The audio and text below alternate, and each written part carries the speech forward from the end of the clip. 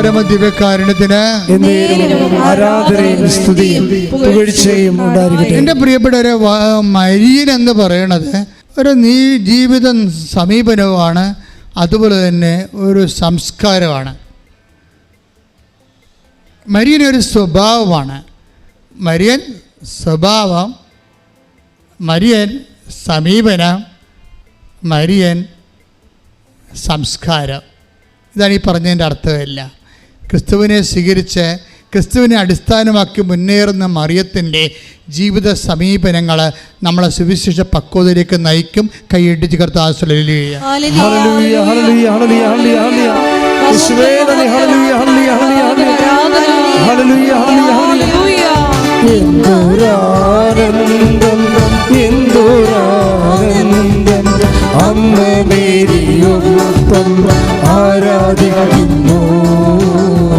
പരിശുദ്ധ പരമ ദിവ്യകാരുണ്യത്തിന് ആരാധനയും സ്തുതിയും പുകഴ്ചയും ഉണ്ടായിരിക്കട്ടെ. ഇങ്ങനെ ദൈവസ്നേഹത്തോടെ ജീവിതത്തെ സുവിശേഷ വിഹിതമായി സമീപിച്ചുകൊണ്ട് ഈടുള്ള വിശ്വാസിയായി മാറുമ്പോൾ ആണ് അഭിഷേകം നമുക്ക് ലഭിക്കണത്. ദൈവമായിട്ട് ഓൺലൈനായി കഴിഞ്ഞാൽ പിന്നെ അഭിഷേകം തുടങ്ങും. അഭിഷേകം ആദ്യം അറിവായിട്ട് നമുക്ക് വരണത്.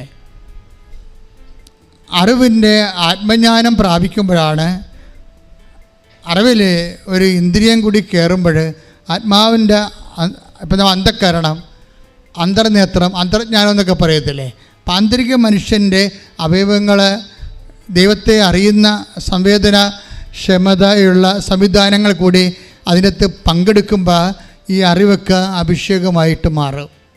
അഭിഷേകമായി മാറിയാൽ എന്താ ഗുണം? നമുക്ക് വചനം ഇപ്പം തന്നെ കർത്താവ് ചോദിക്കണില്ലേ, അമ്മ രക്ഷപ്പെട്ടത് എവിടെയാണ്? വചനം അഭിഷേകപൂർവം ഗ്രഹിക്കാൻ കഴിഞ്ഞപ്പോഴാണ് അമ്മ രക്ഷപ്പെട്ടത്. ഇപ്പം ഈശോ എന്താ പറഞ്ഞത്? ഈശോ നോട്ടടിക്കണേ ചെയ്തത്. അവർക്ക് വീഞ്ഞില്ല എന്ന് പറഞ്ഞപ്പോൾ ഈശോ എന്താ പറഞ്ഞത്? എനിക്കും നിനക്കും എന്ത് അല്ലേ? 2:4 അല്ലേ? അത് നിങ്ങൾ അമ്മയുടെ അടുത്ത് നെഗറ്റീവാണ് പറഞ്ഞിരിക്കണത്. പക്ഷെ അമ്മ അതിൻ്റെ അകത്ത് അഭിഷേകമുള്ളത് കൊണ്ടാണ് അത് പോസിറ്റീവായിട്ട് തിരിച്ചറിഞ്ഞത്. എന്താണ് ഇപ്പോൾ അമ്മ ഈശോയോട് എന്താ പറഞ്ഞത്? 2:4 യോഹന്നാന്റെ സുവിശേഷം, അവർക്ക് വീഞ്ഞില്ല. അപ്പോൾ ഈശോ എന്താ തിരിച്ചു പറയണത്? അതിനെനിക്കും നിനക്കും എന്ത്? എൻ്റെ സമയം ഇനി സായില്ല. അപ്പോൾ എൻ്റെ സമയം ഇനി ആയിട്ടില്ലെന്ന് പറയുമ്പോൾ അഭിഷേകവിധി പ്രകാരം അമ്മ എങ്ങനെയാണ് അത് ഗ്രഹിക്കണത്? അപ്പോൾ സമയം കഴിഞ്ഞിട്ടില്ല എന്നാണ്. മനസ്സിലായില്ലേ? അനുഗ്രഹത്തിൻ്റെ സമയം കഴിഞ്ഞിട്ടില്ല, ആയിട്ടില്ലെന്ന് പറയുമ്പോൾ ഈശോയും ഏതാണ്ട് ഇതേ രീതിയിലാണ് നിങ്ങൾ സുവിശേഷം വായിക്കണമെന്ന് ആഗ്രഹിക്കണത്. കർത്താവ് പറഞ്ഞത്, നിയമത്തിൽ എന്ത് എഴുതിയിരിക്കുന്നു നീ അതെങ്ങനെ വായിക്കുന്ന? രണ്ട് വിഷയമാണ്. നിയമത്തിൽ എന്ത് എഴുതിയിരിക്കുന്നു? ഞങ്ങളൊക്കെ സെമിനാരി പഠിക്കുമ്പോൾ എഴുതിയിരിക്കുന്ന കാര്യത്തിന് ഇവർ ബുദ്ധി കൊണ്ട് ആലോചിച്ച് അതിൻ്റെ സിക്സിൽ ലേബൺ, പിന്നെ അതിൻ്റെ ജീവിത സാഹചര്യം, അതിൻ്റെ ഹെർമനറ്റിക്സ്, അതിൻ്റെ എറ്റിമോളജി, അവൻ്റെ ജിയോഗ്രഫി, ഇങ്ങനെ കുറേ കാര്യം ഒന്നും ആവശ്യമില്ല, പല കാര്യം ആവശ്യമില്ലാത്തതാണ്. കാര്യം അതിനകത്ത് ക്രിസ്തുവിനെ അറിയാൻ ഇതൊന്നും ആവശ്യമില്ല. പക്ഷേ ഞങ്ങൾക്ക് പഠിക്കാൻ നിവർത്തിയില്ല, അതുകൊണ്ട് ഞങ്ങൾ പഠിച്ചു. പക്ഷേ അത് പോട്ടെ, ഞാൻ എന്നെ കുറ്റപ്പെടുത്തുന്നില്ല. അതൊരു സ്കോളാസ്റ്റിക് അക്കാഡമിക് ലെവലാണ്. എൻ്റെ അക്കാഡമിക് ലെവലിനെക്കുറിച്ചല്ല ഞാൻ സംസാരിക്കുന്നത്. ഇതിൻ്റെ വചനത്തിൻ്റെ അഭിഷേക ലെവലുണ്ട്, അത് വേറെയാണ്. അത് നമ്മൾ ദൈവസ്നേഹത്താൽ കർത്താവിന് വേണ്ടി ജീവിക്കാൻ തീരുമാനിക്കുമ്പോൾ നിങ്ങളുടെ ജീവിതം, സുവിശേഷ ജീവിതം, സാക്ഷ്യ ജീവിതം ദൈവം അംഗീകരിക്കുമ്പോൾ ദൈവം നിങ്ങൾക്ക് തരുന്ന ബോധ്യമാണ് അഭിഷേകമായിട്ട് മാറണത്. അതാണ് ഈശോ ചോദിക്കുന്നത്.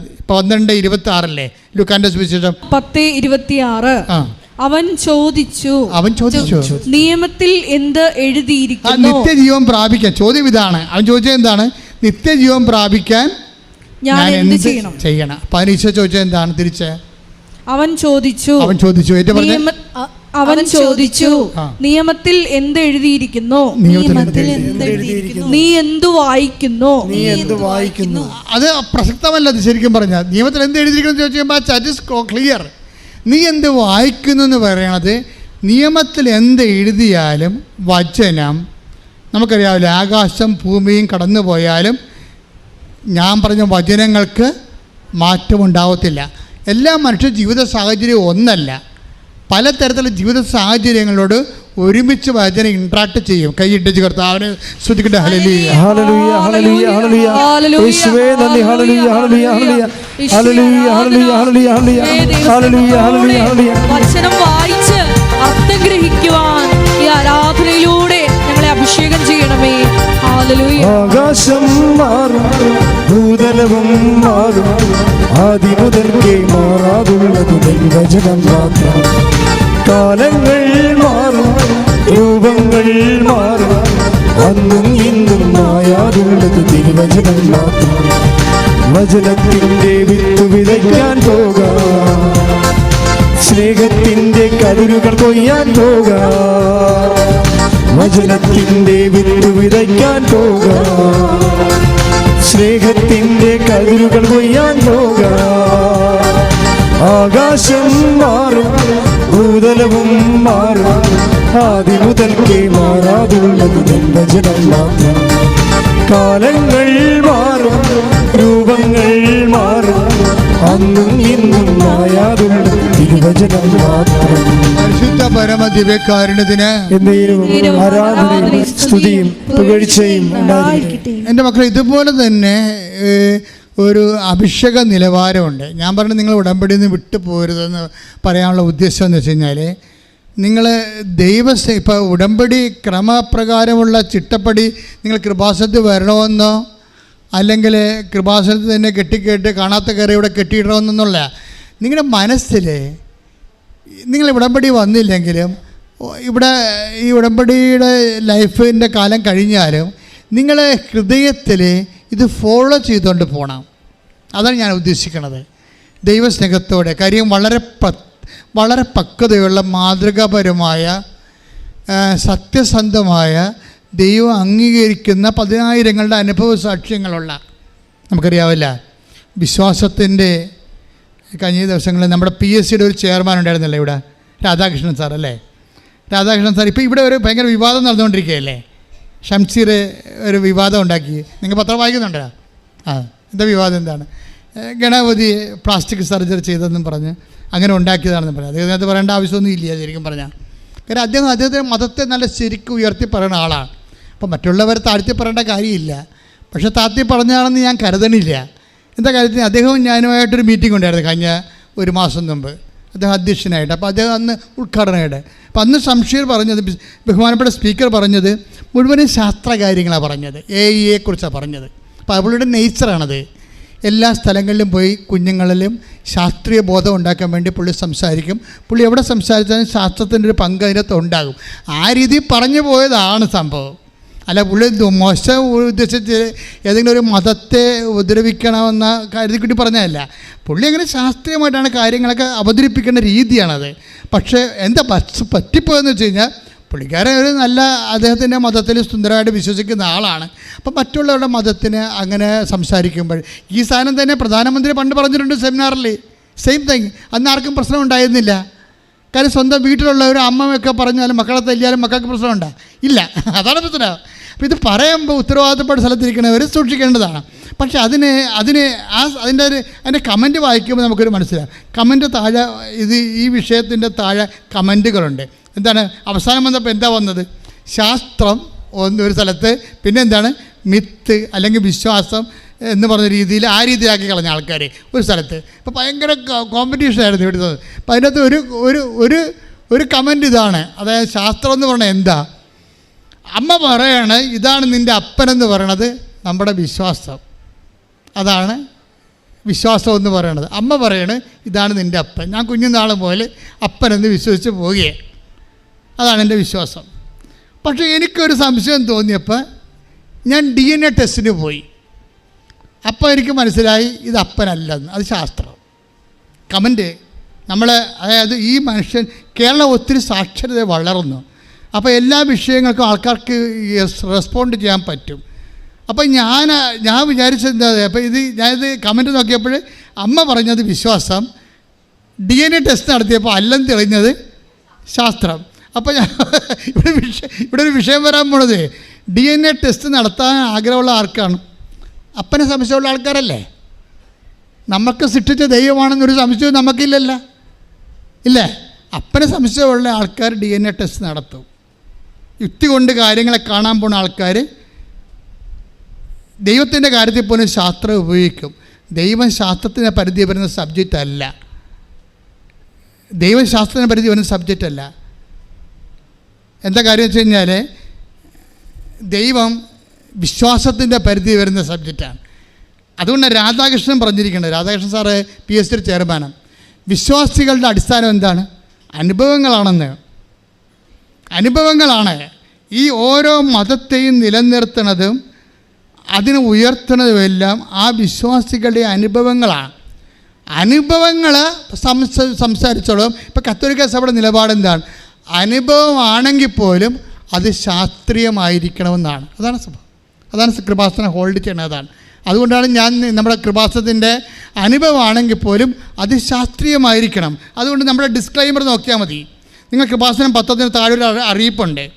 നിങ്ങളിവിടെ സാക്ഷ്യം പറഞ്ഞാൽ അത് തെളിയിക്കാനുള്ള ഉത്തരവാദിത്തം സാക്ഷ്യം പറയുന്ന ആളിനാണ്. തരിമനസ് എന്താണ്? അത് എവിഡൻസ് എന്ന് പറയും. നമുക്കറിയാമല്ലോ, അതായത് ഒരു വിഷയത്തിന് അതിൻ്റെ ഇപ്പോൾ ഉദാഹരണം എന്താണ്? അനുമാനം നമ്മളെല്ലാവരും അനുമാനത്തിൽ എത്തിച്ചേരുകയാണ്. അനുമാനം എന്ന് പറയും, ഇൻഫറൻസ് എന്ന് പറയും. ഇപ്പം നമുക്കറിയാം നമ്മുടെ വിശ്വാസത്തെ പോലും ഈ സാക്ഷ്യത്തിൽ പോലും ഉള്ള എന്താ വർക്ക് ചെയ്യണത്? അനുമാനങ്ങളാണ് വർക്ക് ചെയ്യണത്. ചില ആൾക്കാർക്ക് തൊട്ടനുഭവമുണ്ട്, ചില ആൾക്കാർക്ക് കണ്ടനുഭവങ്ങളുണ്ട്. അവരോടത് മാറാൻ പറഞ്ഞാൽ മാറുക. പെടൽ പോയാലും അവർ നിൽക്കും, ഇല്ലേ? മണിപ്പൂരിൽ പെടൽ ചെത്തിയെടുത്തിട്ട് ആ കാട്ടിക്കിടന്ന് അലരിയ പറഞ്ഞ കണ്ടല്ലേ? അതാണ് വിശ്വാസം. അതിനെ തൊടാൻ പറ്റുമോ? നിങ്ങളുടെ തോക്കിനോ നിങ്ങളുടെ വാളിനോ ഒരു വിശ്വാസിയുടെ നെഞ്ചത്തിട്ട് ഒന്നും ചെയ്യാനില്ല. ഈ ശരീരം കുത്തിക്കയറാൻ തരും. അപ്പോഴാണ് ഈശോ പറഞ്ഞത്, destroy this temple, I will rebuild in 3 days. അതാണ് വിശ്വാസം. നീ ഇത് ഈശോ തന്നെ പറഞ്ഞില്ലേ, നീ ദേവാലയം നശിപ്പിക്കുക, തൻ്റെ ശരീരത്തെക്കുറിച്ച് ഞാൻ അത് 3 ദിവസം കൊണ്ട് പുനരുദ്ധരിക്കാം. അപ്പോൾ വിശ്വാസം എന്ന് പറയണത് പുനരുദ്ധാനത്തിൻ്റെതാണ്. ഏത് തകർച്ച ചെയ്യുന്നു അവൻ പുനരുദ്ധരിച്ച് വരും.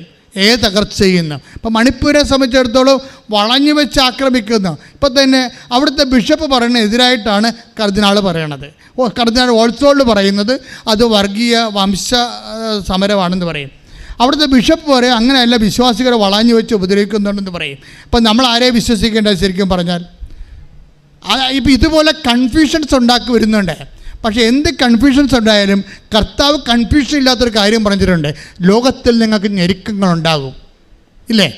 എങ്കിലും ധൈര്യമായിരിക്കുവിൻ, ഞാൻ ലോകത്തെ കീഴടക്കിയിരിക്കുന്നു. വിശ്വാസിയെ സംബന്ധിച്ചിടത്തോളം യേശു ക്രിസ്തു ജീവനെ പുനരുദ്ധരിച്ചവനാണെങ്കിൽ അവൻ്റെ പുനരുദ്ധാനത്തെ വിശ്വസിച്ചുകൊണ്ട് കോടിക്കണക്കിന് മനുഷ്യരെ ഇന്ന് വരെ ജീവിച്ച് വന്നിരിക്കുന്നത് വിശ്വാസത്തിൻ്റെ കൂടെ അവൻ ജീവിക്കുന്നത് കൊണ്ടാണ്. അതുകൊണ്ട് ഈശോ പറഞ്ഞു, I will be with you unto the last. അന്ത്യം വരെ ഞാൻ നിങ്ങളുടെ കൂടെ ഉണ്ടാകും. അത് കാട്ടിലാണെങ്കിൽ കാട്ടിൽ, മലയുടെ അടിവാരത്തിലാണ് മല അടിവാരത്തിൽ, കടലിൽ. I will not in any way disown you. ഞാൻ നിന്നെ ഒരു കാലത്തും നിന്നെ പുറന്തള്ളുകയില്ല. എൻ്റെ സഹോദരങ്ങൾ എന്നെ ശ്രദ്ധിക്കണം. നിങ്ങൾക്കിവിടെ പാല്, അതുപോലെ കഞ്ഞ്, വഴിയൽട്ടേഴ്സ്, വസ്തു, വിൽപ്പന, ജോലി, വീട്, വിവാഹം എന്നും കൊന്നും നിങ്ങളിതെല്ലാം കിട്ടുമ്പോഴേ ഇതാണ് ക്രിസ്തുവെന്ന് നിങ്ങൾ ധരിക്കരുത്. ഇതെല്ലാം ക്രിസ്തുവിൻ്റെ നിങ്ങളുടെ സ്നേഹമാണ്. പക്ഷെ നിങ്ങൾക്ക് ക്രിസ്തുവിനോട് സ്നേഹം ഉണ്ടെങ്കിൽ അത് ഇതിലല്ല തീർക്കേണ്ടത്. അത് നിങ്ങൾ ക്രിസ്തുവിന് വേണ്ടി നിത്യതയെ സ്നേഹിച്ചുകൊണ്ട് ക്രിസ്തുവിന് വേണ്ടി ജീവിക്കാൻ തീരുമാനിച്ചുകൊണ്ടാണ്. ശ്രുതികട്ടെ. ഹല്ലേലൂയ, ഹല്ലേലൂയ, ഹല്ലേലൂയ, ഹല്ലേലൂയ, ഹല്ലേലൂയ. ഹല്ലേലൂയ, ഹല്ലേലൂയ, അപ്പുറത്ത് ഹല്ലേലൂയ, ഹല്ലേലൂയ, നിന്നെ ലക്ഷ്യമിച്ച് ജീവിക്കുവാൻ ഹല്ലേലൂയ, ഹല്ലേലൂയ, ഹല്ലേലൂയ, ഞങ്ങളെ ഓരോരുത്തരെയും ഹല്ലേലൂയ. ഹല്ലേലൂയ. നിത്യസ്നേഹമോർക്കുമ്പോൾ